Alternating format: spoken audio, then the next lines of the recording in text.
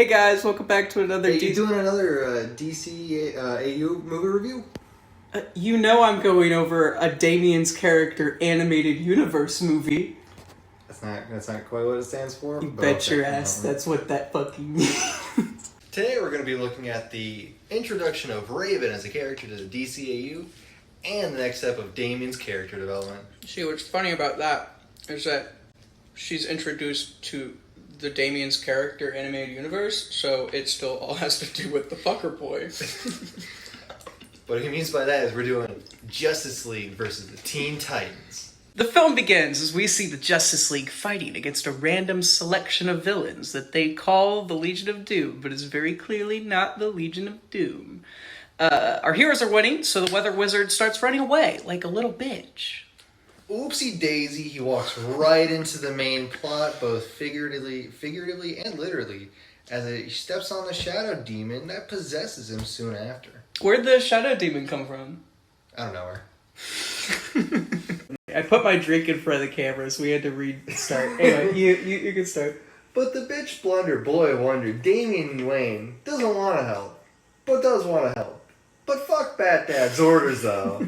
Damien doesn't want to clear civilians. He wants to fight the cool demon. And that's really dope. He's got a little sword, and it helps against the demon wizard. Does it? No. No, the sword doesn't ever do anything. It never does anything. Well, no, that's not true. He uses it when he fights Grandpappy Raish down in hell. But are you sure that's not the little toy sword, the little plastic toy sword? Would the plastic toy sword kill the undead dead man? I mean, you forget who's wielding it. It's the little fucker boy. I mean, you're right. He's the little fucker boy that could. He could, and he will, which is why he sets the Batwing, which is the plane, not the son of Lucius Fox, to fly to the possessed pussy wizard, costing Bruce Wayne like $1 billion. But it defeats the foe, which forces the Shadow to leave his body and wriggle away. That was it. But Damon's supple little boy brain didn't think at all about getting any information before defeating the Shadow Demon, which makes Papa pissed. Turns out he didn't know his little kid was the little boy fucker. Wait, he didn't know his son was a little boy fucker, little fucker boy? No, the world's greatest detective couldn't figure that out. Aw, dude. Everyone knows that. This is the Damien's Character animated universe. So, what does Bat Dad do? Bat Dad sends his kid to superhero boarding school, aka the Teen Titans. Nightwing drops Damien off at the Titans Tower, and we meet the team. There's Beast Boy, Raven, Jaime, the Blue Beetle, but I'm not going to call him that. I'm going to call him Jaime because I played Injustice 2. And the team leader, Starfire, who is older than you might remember her, but she's older here, and she's the team leader, and she's great. Who gives a shit about these losers? Damien thinks to himself as he goes to train. The cute girl, Raven. Did I not mention Raven? No, you did mention Raven. I did mention And I'm Raven. just mentioning the fact that, Raven and Damien kind of become a thing. Did they? Do they? Remember Justice League Dark? I hate that movie. I forgot to show the Weather Wizard. I made an image. Here he is, right over Michael. You can't see him. No, I am the Weather Wizard. Fuck. Flash forward a couple of hours, and Damien is still training. Much to the chagrin of Jaime, who then gets into a small altercation with Robin. Is it small because Robin? I would say he's a bit short-sighted. You're right. It is a small mistake on his part. As Jaime literally disfigures the small itty bitty baby boy with an energy blast. He disfigures the little fucker boy's baby face. Yeah, with an energy beam that's a little eensy little bit too powerful. Just a little bit. Just a little bit. I laugh. Haha, LOL. It's okay, because Raven's got healing powers or whatever, so it's all good. You can laugh at the child getting disfigured. Laugh at the child getting disfigured. Good. And I guess Raven was spending a lot of time with Leonard Nimoy as of late. Mahoy. I mean, he's dead. Is Yes. He died late. Anyway, because in Healing Damien, she Vulcan mind melds with him, and she sees all his juicy memories of little boy abuse, which is just a little bit awkward. It's just a little bit. But I'm tis. Meanwhile, our hero, the Soup Man. Oh, jeez, wait, the Soup Man? Yeah, the Soup Man. That sounds great. Can I have some? Yeah, here you go. Oh, thank you. The soup can. Has been possessed by an evil shadow demon. But oh well, what is he going to do about it? Certainly, Batman and Wonder Woman won't do anything because they're lost, just completely lost in the plot. Someone give him some exposition, please. God. Oh my God, please. Tell him what's going on. So the writers hand Batman a nice chunk of kryptonite to make Demon Superman read off what part they're in the script. Duperman mentions going after a girl before he decides, you know what? I don't want this green rock to make me not fly right now. So I'm gonna go fly. And fly away he does, as we see him go to a desert and build a Stargate TM, the signature move of Lunala from Pokemon. Real quick, if you could wear the big boy pants of the writer. Mr. Writer, what desert was this? This is the desert just north of Kahndaq City in Kahndaq. I didn't want you to have an answer, but you did. It's big boy pants for you. And it was a line from the movie, too. Was it? Yes. But you know what? I don't have time for this soup. And I don't have time for a soup that is a man neither. So I need character development. I don't want plot right now. I want my little fucker boy to become a little fucker man. A big fucker man, if you may. And are you still wearing your big boy pants? The writer's big boy pants. Nope, sorry. I need you to pretend. And I know that's hard, but I need you to pretend to wear the big boy pants. Where's my little fucker man growth? So, we decided to put the little fucker man growth right when Starfire takes a team to a carnival to have some fun. Oh my God, wait. Are you saying that there might be a scene where they're in a weird fun mirror and they look dumb? Right on the nose. Is there a scene where one of them shoots a thing with water and they're really good at it? Right on target. Wow, that's just incredibly enthralling. I am so excited. Truly. Uh-oh, SpaghettiOs. While the Titans are indulging in some DDR, which is Dance Dance Revolution for any of you people who have had sex, Raven slinks off to take a phone call. Ring, ring, ring, ring. Hello? Raven, it's me, your demon dad Trigon on the phone. What? Trigon? My dad? Who is also the main villain of the film? No. That's right, it's me. That's just the worst. That's a bummer. Too bad. Big villain Trigon sends some minions to abduct Raven for his plan. But the Teen Titans, they beat him. They take out his minions. And now it's time for some dark, deep, gritty backstory from Raven. Deep, dark, gritty backstory? That's actually really exciting. I really hope it's not something really boring, like her mom fucked Satan. You buffoon! You dingus! Her mom fucks Trigon. Well, I'm just not gonna think about it. Anyways, the Tween Titans head back to the tower, but they're intercepted by the Justice League, minus evil Superman. The Justice League's done their research on Raven's Wikipedia page, and they're here to make her their responsibility. The Titans say, "Nuh-uh, shut up," and Trigon says, "Yeah," and he sends some shadows to start possessing the League, and you as an audience member are like, oh, this is why it's called Justice League versus Teen Titans. So late in the movie, too. I mean, it's about halfway, maybe... A little over halfway at this point. Little did Trigon know that Batman came prepared with his fingers crossed and a nerve toxin specifically for a certain large Hispanic man. He promptly administers it to himself, preventing his possession by one of the shadow demons. Raven agrees to go with the demons, so they stop beating up her friends, and they open up a portal and head out. Well, before they all get through, though, Jaime manages to incapacitate Cyborg, who I guess that none of them noticed that he did, which is great because they need him for the plot, and that frees him from Trigon's control. Also, I don't know why. Overloads the circuits. Mm-hmm.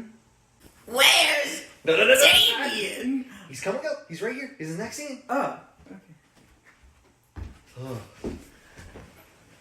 So the Teen Titans, in other words, known as Damien and all the rest that we don't care about, they find Raven in the Middle East conduct, and they had a tracker there, and that's why Damien's back in the film. And I don't care, he's back, baby. We got him. The little sore little fucker boy. He's in the film. He's like, I'll go to Afghanistan. I really want the desert right now. It's easy to be a ninja in really really bright desert. Don't disrespect Black Adam's country of conduct like that. Excuse me, I prefer the term ethnic Adam. With the plan having been formulated by the Tween Titans, Cyborg boom tubes him over to the giant space portal. Real quick for the uninformed, what's a boom tube? Boom in space, go boom. And it's a tube. It's really a tube. The more you know. Alright, where do you take him? It takes him to the Stargate TM, so that Damien, the little fucker boy who could, stabs Superman with a giant piece of kryptonite. Wait, what? Wait, where did he get the kryptonite? Just had it lying around. He just had it lying... Did the writers give it to him? No, not at all. I never gave it to him. I wouldn't do that twice in one movie. I doubt that. I feel like you might. I would never. After getting shanked by just the smallest little boy, Superman decides, do I really want to be shanked by a little fucker boy and be mind controlled by Trigon? That's kind of embarrassing. I'd rather pick one over the other. So he breaks free of Trigon's control, and he just does that. And the rest of the Leaguers are broken free by Superman after that point, but it's too late. They successfully summoned big old daddy trigonometry through the Stargate TM. And I really can't emphasize enough how very tall this boy is. He's a very tall trigonometry boy. Trigon's very large. Picture little fucker boy, he's the opposite of that. Just like that. Just exact that. New plan. Teen Titans have to go to hell to trap Trigon and a crystal. Wait, Teen Titans Go to Hell is a much better film name. Why didn't you name it that? Because we didn't think about that. Oh, it feels like you didn't think about a lot of things. But whatever. Anyway, after a few minutes of demon fighting, Damien comes face to face with his grandfather and idol, Ra's al Ghul.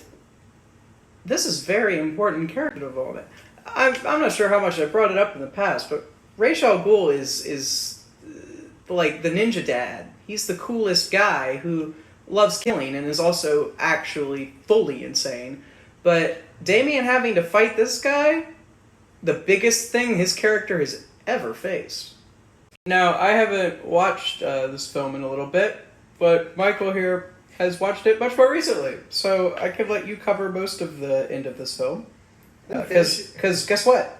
Guess what, baby? Oh, shit. You know what time it is? It's Titan time! No, we're in the fucking climax, stupid! It's climax time. Fuck, you you're got right. Climax time. Climax begins by Damien having a Mighty Morphin Titan time, calling himself a Titan, and promptly beating his grandfather, a feat for himself. There, that leaves an opening for Raven to overcome some literal demons, her father being the main one, and shoving him back into a crystal. It's a spacious crystal. Very spacious crystal. Considering it's as small as Damien. Oh man, you got him. I don't have a joke there. I'm good. You fucking got him. He's dead. Which works because he's in hell. Yeah. The big demon dad, totally gone. Definitely not just in a crystal and will come out later in a different film that's worse. That's better. You're wrong, and you know you're wrong, and that's what hurts me. Still like it. Raven turns to her friends and she's like, guys, I want to stay in hell. See, I know it doesn't really make sense, but I gotta stay in hell. I gotta do it. And all her friends are like, but do you? And she's like, well, you know what? I guess I just don't. And so she goes back home with them, and they have a grand old time at the Titans Tower, and Cyborg's there, and there's pizza, and the Justice League's like, you did a good job. And Damian's like, yeah, I know I did. This is my film. Everybody take a nice little stretch break. We did it. That's the plot. That's the plot, baby. Ooh, that's the plot. That's the little boy plot, the little fucker boy plot. We did it. So now we're going into my thoughts. And his thoughts. Yeah. I'm not sure how many thoughts you got. I've got a couple. So this was, in my opinion, at least, the first all-around solid film in the DCAU. We've gotten some pretty good ones, but this felt the first one that will stand the test of time and will exist outside of this universe as a film that DC fans can return to and is enjoyable on its own merits. And I think that's important to point out. This film stands on its own. It doesn't need the others, and that makes it really good. The scene where the Titans all do their transformation sequences into their hero costumes, phenomenal. It's great. Not because of the transformations, but because Damian has to go run to their car and break into their own car just to get his sword so he can fight. I enjoyed that he did try the door. Because that showed character development. I think he would have bashed the window first thing, the first time we see Damian, but no, he at least tries the door handle. Like, he respects Starfire's car and doesn't want to break it at first. Before breaking it. Yeah. This isn't as much a thought as it is a fun fact, but the villain we see at the very beginning with the Legion of Doom, known as the Toy Master in this film, is not from anything else. No DC property, just this film. And my guess is they accidentally called Toyman, who's a classic supervillain. You see him in Super Friends, he's in Superman animated series, he's in everything. And they accidentally messed up the names? That's my best guess. But I find it interesting that if they didn't mess up the names, then they did decide to make a new villain for this film. Yeah, I think it is just the Toyman, but like reworked. The dance-off between Beast Boy and Damian is so good. The music sucks, but it's so good. The music's good. It's not. It is. It's not. It's great. It shows how Damian is able to quickly learn and adapt to situations, because we're presented this as a fun montage scene, but then you see Damian is like, this is a battle for the fucker. And he's watching Beast Boy's movements, and he's learning how to like effectively step at the right time, and it's like he's learning like a Terminator. It feels like a Terminator scene almost, where we're seeing a robot weirdly do a human thing, and it's great. It's great. I love Damian. I love the little fucker boy. The little fucker boy don't want to lose, so he just kicks ass. Yeah, The best like infinitesimal fight scene that exists in this movie is where the Justice League is fighting Big Boy Trigon. And Wonder Woman and Superman are like punching and hitting with like their most powerful hits. And Flash comes zooming up Trigon's body, running so fast that he has like, a Mach 1 punch, maybe even like an infinite mass punch. It's hard to say. They don't really clear us on that one. But it does nothing. It does fuck all. Trigon just like takes the hit, looks down at Flash, and just starts walking. And Flash, doesn't fall to the villain. He falls due to gravity. Yeah. The biggest villain. Of course, the biggest foe that they have to face. But yeah, it's great. He's just, he's walked sideways up a wall. Of course you're going to fall down. Oh boy, were you sitting there thinking to yourself, wow, this Tommy and this Michael guy really, really enjoying this film? Fuck you. Fuck you for thinking I wouldn't find a problem with this film. And it's honestly, to me, a big one, which is the kryptonite they use to disable evil Superman when he's possessed. Yeah, that's him right there. And what annoys me so much about it is it was so unnecessary.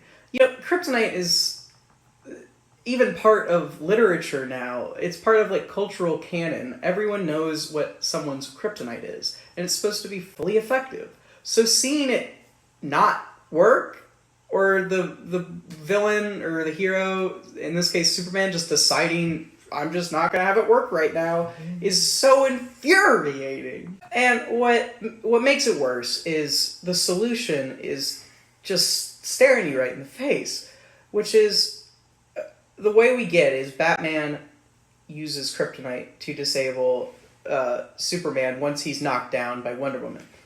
Why did Batman need to be there? Why did kryptonite need to be involved?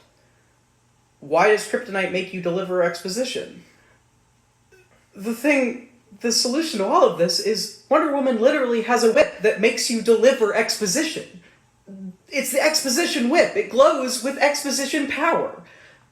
And it would make sense that this demon Superman isn't as great at being Superman as Superman is being Superman. So Wonder Woman would be able to defeat him and whip him and make him deliver all this information to us. We did not need the kryptonite.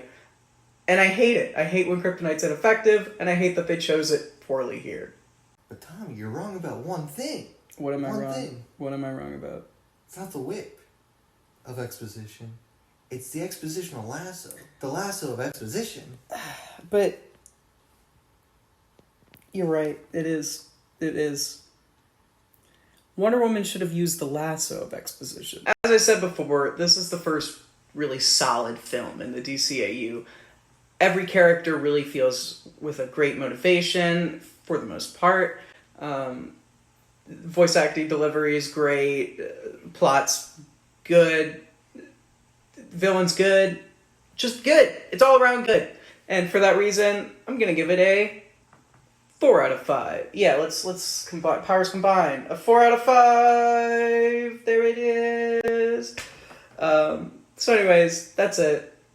Thank you, Michael, for being here and Thanks for helping having with the me. review. I will never have you again. I hate you. Anyway, so have a good night, guys. I have to go save my friendship. Peace.